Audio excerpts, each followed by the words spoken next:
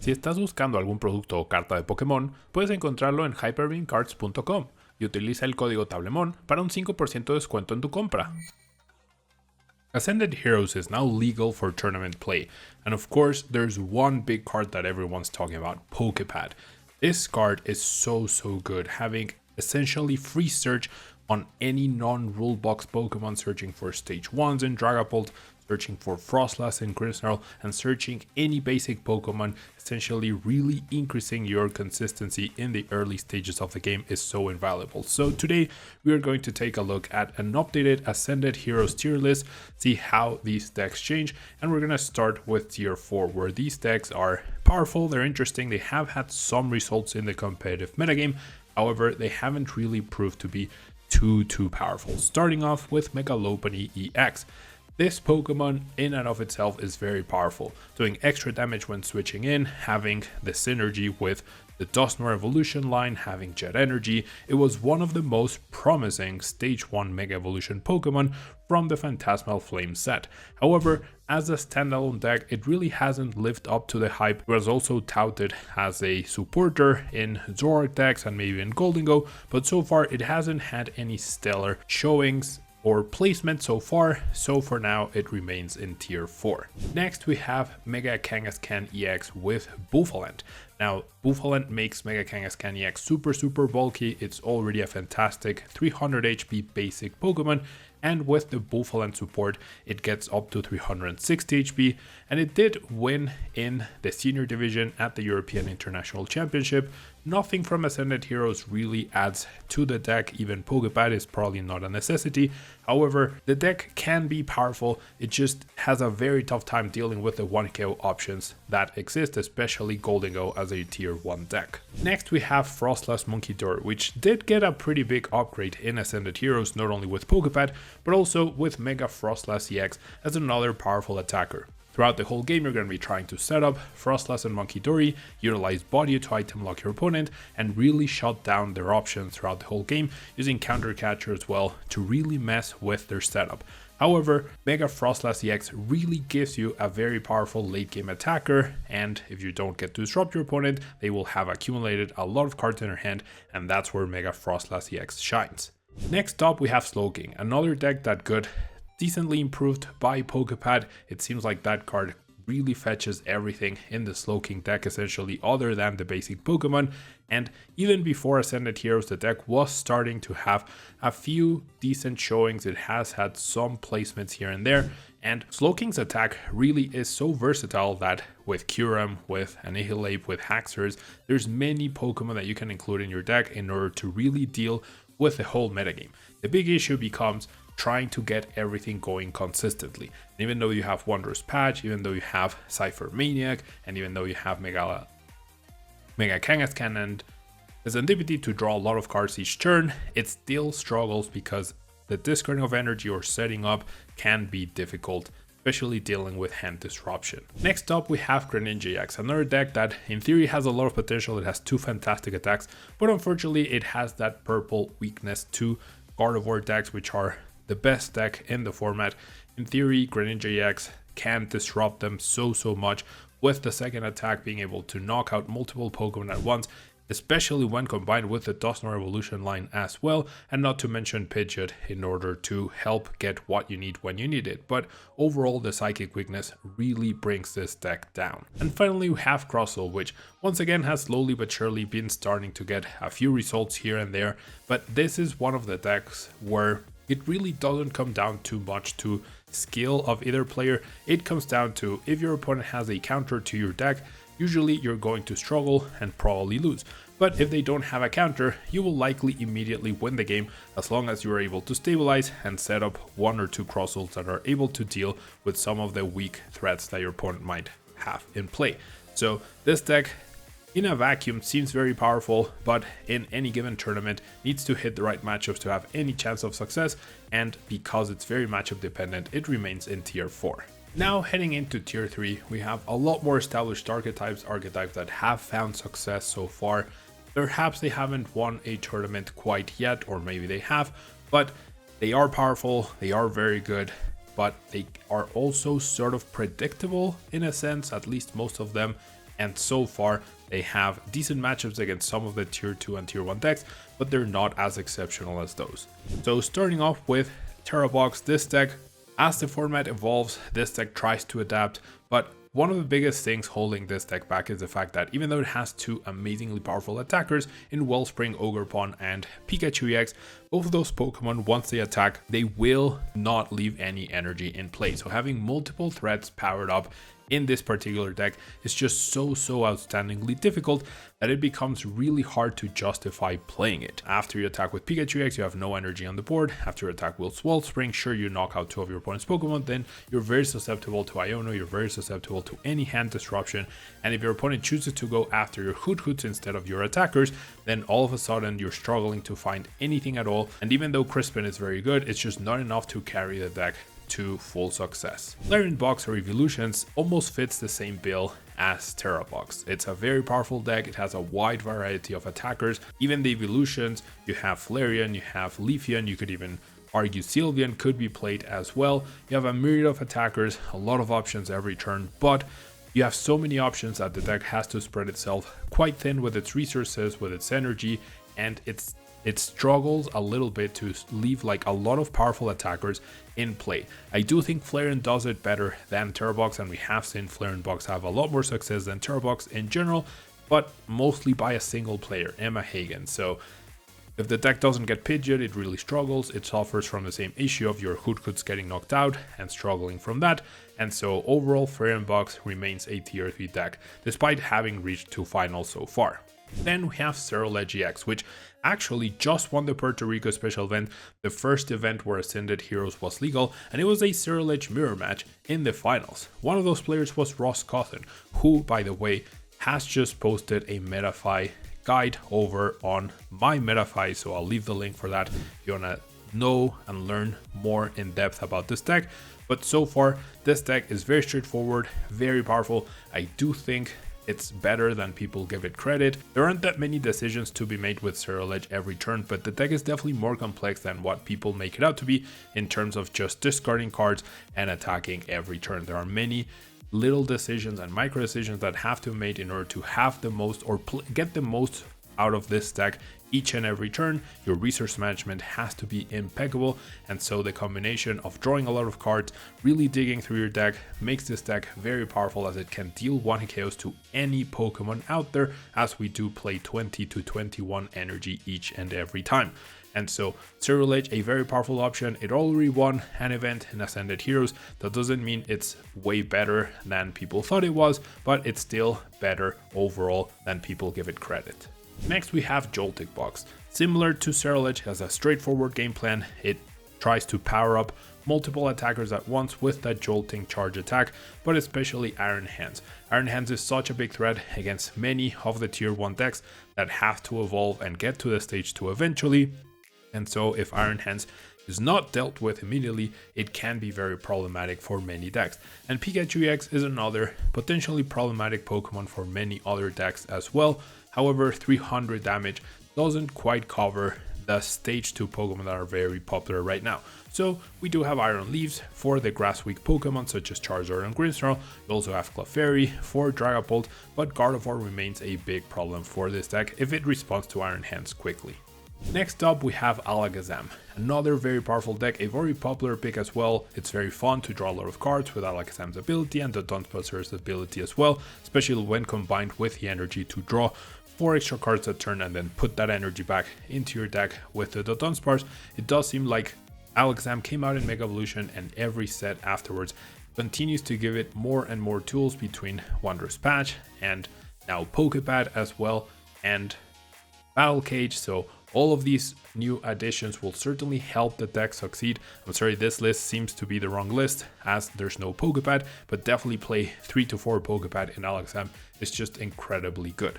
Now, so far it hasn't had the success compared to the popularity that it has. It has a couple top 16 results, so the potential is there. right? Like the card is very good overall, but so far it hasn't lived to the potential, at least that it has shown in the online tournaments compared to the competitive real life tournaments either. So perhaps once rotation happens, this will have a much bigger time in the spotlight, but for now it remains a tier 3 deck because it's not favored by the top players and it hasn't had a great result so far. And the final deck for tier 3 is Raging Bolt, which continues to have decent success. It did get a top 8 finish at the Seattle Regional Championships. When combined with Wellspring Ogerpon, that does offer an extra layer of threat to the deck. The list that I have been using does not include Wellspring Ogerpon. I do think it distracts a little bit from the deck overall, but there's many ways to approach this. There isn't one completely set way to just outright play the deck guaranteed every single time. So very powerful deck, very versatile deck as well. You can include multiple options in terms of powering up. You can focus on Crispin, you can focus on Sada, you can have the Iron Leaves. You can even play, there's arguments to play on First Stamp as your ace-spec of choice, especially if you are playing Noctowl, which there's also the non-Noctowl version. So there's many ways you can approach this deck. There's not a single defined best 60, especially because there hasn't been a super successful Raging Bolt list so far in the format, but these basic powerful decks can just run away with games, similar to Ceruledge, similar to Joltic Box. Raging Bolt applies a lot of pressure from the very beginning. The baby Raging Bolt does as well. The Wellspring, if you can pull it off, does as well. So a very versatile deck, but once again suffers from the same sort of trend that Terabox and Flareon Box do, where they are very susceptible to the Hoot going down, and there is an increase in Team Rocket's Watchtower being played, so all the Noctowls take a hit from that. And now we arrive at tier 2. These are the decks that have had the best results at international and regional championships. They have won events, they keep top cutting, they keep dominating the popularity charts, and those are some of the best decks in the format. Starting off with Charizard, most recent regional winner from Seattle, Charizard has been a quite popular choice since it also won a regional in Europe, and now it continues to have success. Now, Weather Ascended heroes, which definitely make Zoroark and, worst of all, Dragapult a much better deck. That is why I decided to put Charizard from tier 1 into tier 2. I keep talking about the top 4 decks before Ascended heroes, the big 4 of the format. Charizard does fall one step in my opinion because Dragapult just gets so much more consistent and therefore better overall and remains a tier 1 deck. And that's not great news for Charizard. Charizard really struggles against Dragapult. Even if you try the slower version with like Double Monkey Dory and whatnot, it just doesn't have what it takes to really consistently beat Dragapult, and that's why it comes down from tier 1 to tier 2, but it's still an astoundingly powerful deck that does really well against Gardevoir and Gholdengo, the other tier 1 decks. Next up we have Grimstar, which is another deck that gets a major upgrade from Pokepad.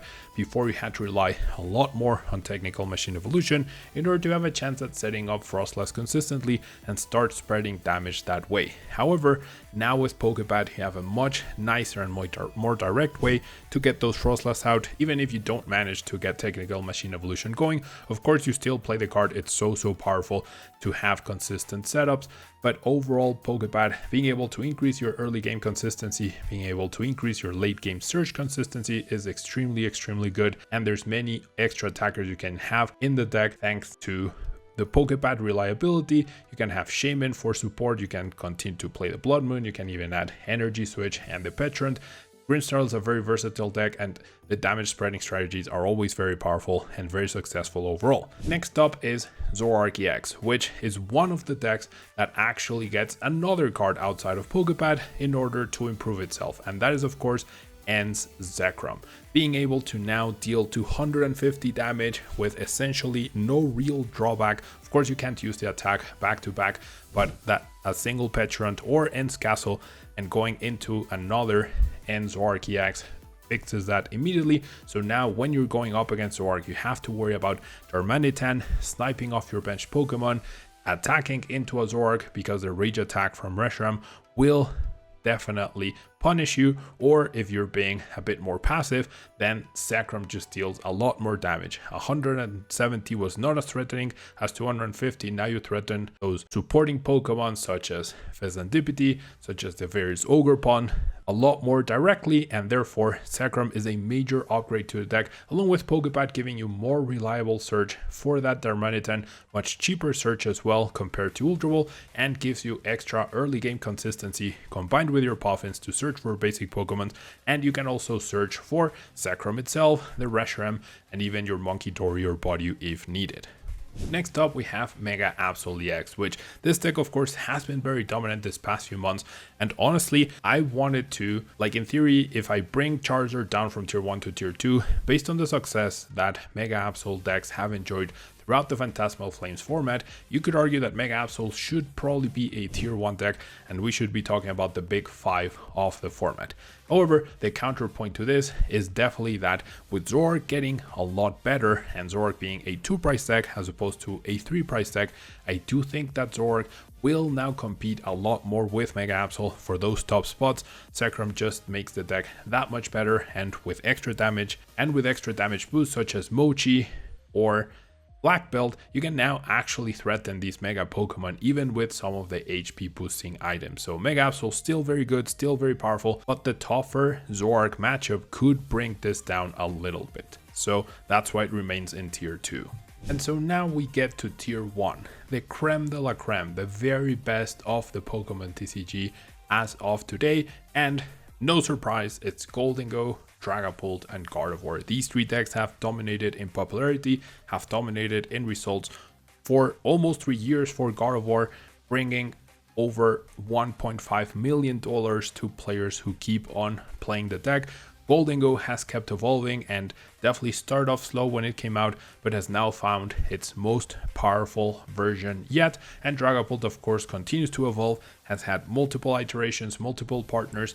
Now Dusknoir is the dominant version, and of course Pokepad just improves it. But starting off with Gholdengo, as I mentioned, Lunatone and Solrock are now the best pairing for this deck.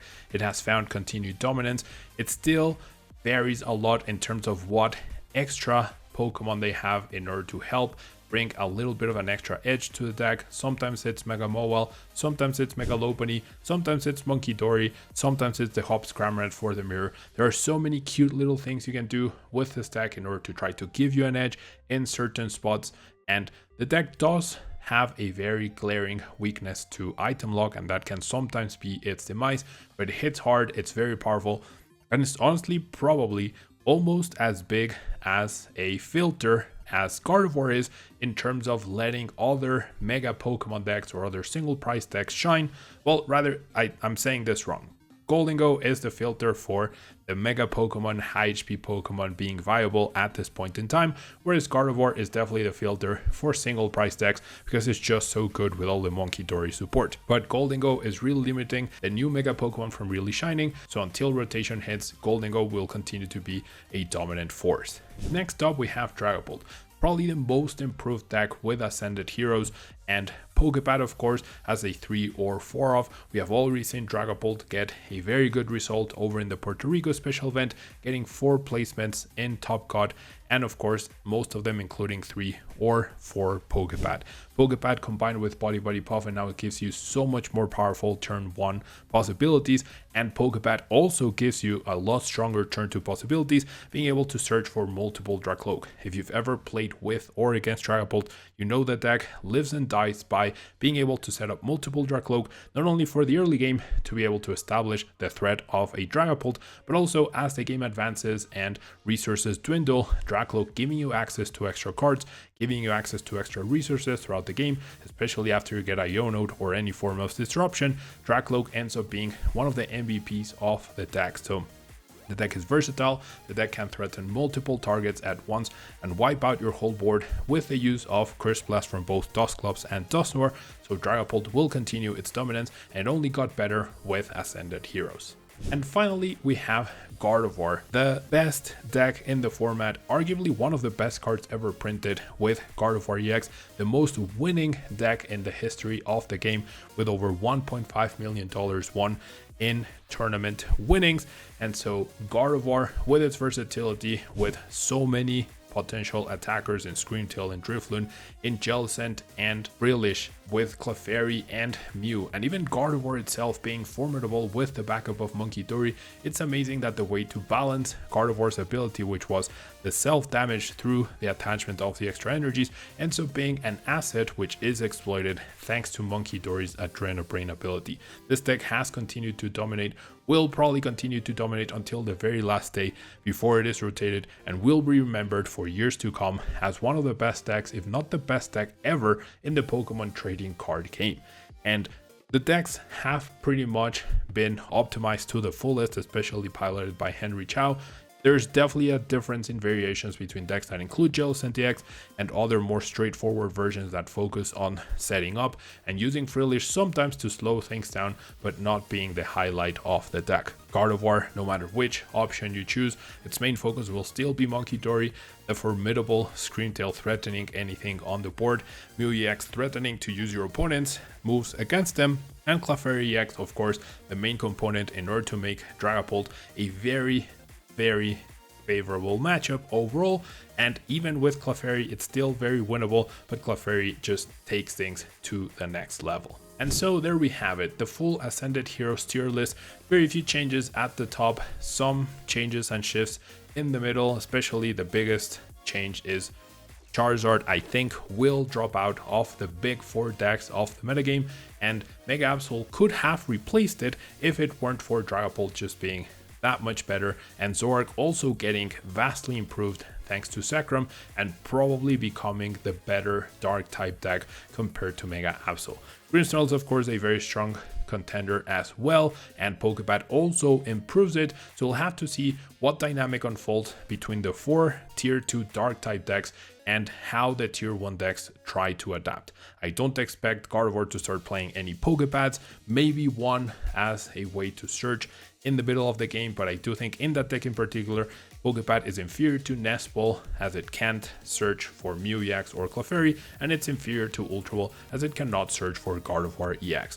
That's gonna be it for me. Let me know your thoughts, let me know what you expect from the Ascended Heroes metagame, if you expect any surprises from any of the new megas, such as Mega Froslass, Mega Dragonite, Mega Feraligatr, Mega Meganium even. There's definitely a lot of decks that I left out because I can't cover 70 different decks or archetypes that exist, but let me know your thoughts, I'd love to hear them. Thank you so much, and I'll see you in the next video.